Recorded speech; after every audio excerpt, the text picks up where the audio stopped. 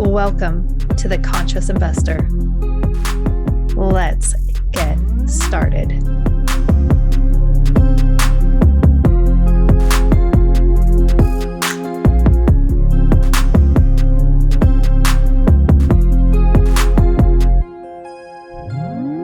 I'm going to warn you right now, I might hurt your feelers in this episode, so you are pre-warned. I want to talk to you about something I wrote in my, it's in my planner, right? A lot of you know I use Brendon Burchard's High Performance Planner.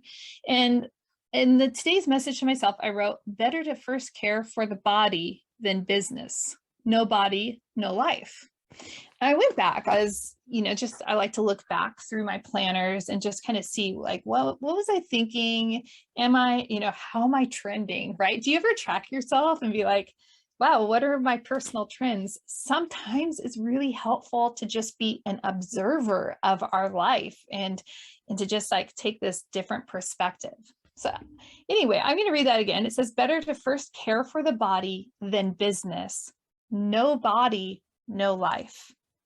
I know why I wrote that on Valentine's Day. Of all days, that's really funny. But the reason I wrote that was that I was becoming really occupied with my business. I was feeling really fractured. I wasn't being consistent with my workouts, and I was starting to get a little bit of like achiness. I actually still am feeling a little achy, probably because I'm working out harder, training for mountain bike season again, a little bit more intensely. But it's like I was putting my business and prioritizing my business over my body. Now, remember what that last part I wrote down was: no body, no life.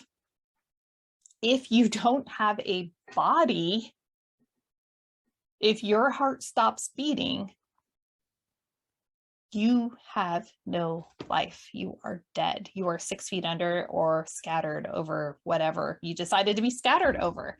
I don't like that option, right? Like, I don't like that concept of, okay, I'm going to be dead. But here's also what I think most of us would really not like. And this has come up in a few different conversations with friends recently. And that is, who wants to be a vegetable, right? Most people will say like, oh my gosh, I don't ever want to be at a point where I'm a burden on my family. I don't want to be at a point where I can't do anything. I don't want to be at a point where I can't move and do the things that I love. But now I want you to look into your diet, your nutrition, right? A lot of people forget diet is not, hey, you went on a diet, but like, what is our nutrition? What are we fueling our body with? There's this really cool chart, and it shows like how often your organs are actually, like, the cells are remade. So I don't know, like you might have a new kidney every 6 months or something like that, right? Like you can find it, Google it.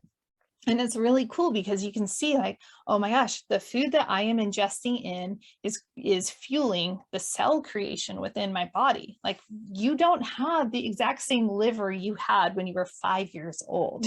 Your body has created new cells and the other cells are gone. And so when we're thinking about our nutrition, we should be thinking about what are the building blocks I am putting into my body so that I can maintain a healthy body and live the life that I want to live. If I say I don't want to be a drag on people, I don't want to be a drain on people, but I am choosing to feed myself nutritionally with these, Twinkies, Ho-Hos, and Fritos, all the E's and the O's. If I'm choosing that, or if I'm choosing to have, instead of water, I'm hydrating with beer and wine and other alcohol, right? Like, what building blocks are we putting in to build that life that we want? What kind of movement are we putting into our life so that we can have that vibrant life we want?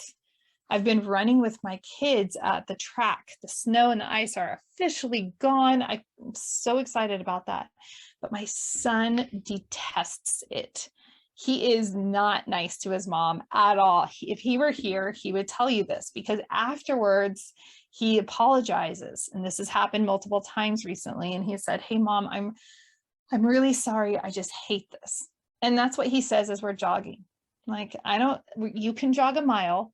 That's all I'm asking you to do. I would, healthy lifestyle is critical to have in it, like forever. Just take care of your body.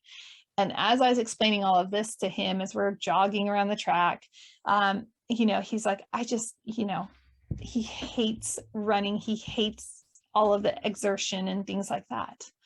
And maybe you hate it too. And I think there's this assumption that people who exercise absolutely love it. And then guess what? I don't always absolutely love, getting out there and exercising. But what I told my son was this: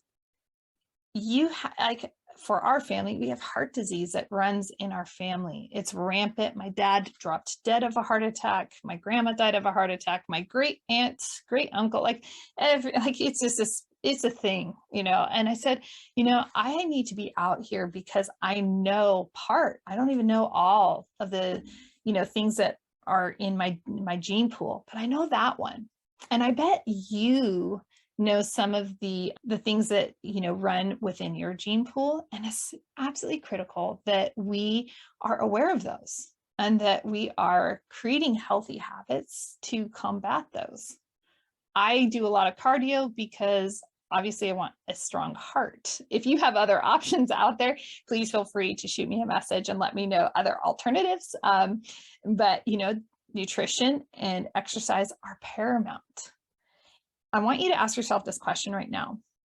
And I'm putting this out there because statistically speaking, in the United States, if we look at, health and nutrition and all of that, most people don't fall within healthy limits.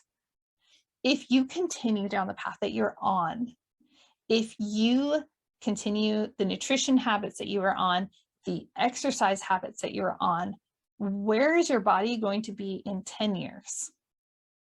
And what does that look like in 20 years? I have a birthday coming up, which means in 20 years, I'm going to be 65. Where do I want to be when I'm 65? For me, I think about where do I want to be if I'm blessed with grandkids? What does that look like? Sometimes we're so caught up in the day-to-day and we're not being an observer of our life, which we can't always do that. But we're so caught up in the day-to-day that we allow bad habits to just get more deeply rooted in our lives instead of taking action to create that healthy life. So I hope that this episode challenges you to take a reflective look at the habits that you are building and cultivating in your life, specifically towards health and nutrition and exercise. Like, check your body, do a check-in, and I highly encourage you to observe your life. However you are documenting your life, if it's on a paper calendar, even if you go back and look at your electronic calendar, Outlook, Google, whatever it is, like, go back, look where you're spending your time and how you're spending your time. Do you like it? Is that the kind of life you want 5, 10, 15 years from now? Take it, that survey of your life. It will serve you very well. It'd be absolutely powerful. All right. If you are looking for a way to grow and personally develop, if you recognize, oh my gosh, Julie, you are onto this and I don't want to live like this, I want to change, like, reach out. We have the 5-week Book and Networking Club, and it's a membership. It's super amazing. It's personal development and it's professional development. It's an amazing network. I'd love to see you in there. And by the time this airs, we will be soon entering the very next book. So make sure, shoot me a message. You can scroll down to the bottom of the show notes, click on there, you'll be able to send me a message, or you can go over to LinkedIn and send me a message there and let me know, Julie, I want in on the book club. I need in on the book club. And let me know you heard it on the podcast. But absolutely 1,000,000%, if you think that you're not a reader, if you think that it's not that important in your life, I promise you from what I've seen for running this book club for almost a year and a half now, it will transform your life and it will help you reach all of your goals. All right, until next time, live big, love bigger. If you're embarrassed to answer the question, what are you reading? Or you're looking for a community to read with, the 5-week Book and Networking Club is for you. The 5-week Book and Networking Club helps readers of all kinds grow, learn, and connect with others in a really meaningful way. There's no commitment. Join the group book by book. If you're the person known for not finishing the books you start, or maybe you're a self-proclaimed slow reader or can't decide which book to read next, join us. I provide a reading schedule broken into 5 simple days of reading with an average of 7 pages a day. Reading is such a powerful way to expand your thinking, understanding, and skill base. And reading with the 5-week Book and Networking Club will also build your network and affect your business. In 2021, the 5-week Book and Networking Club completed 8 books and 40 weeks of reading and networking. Head over to julieholly.com to connect so you don't miss out on the next book.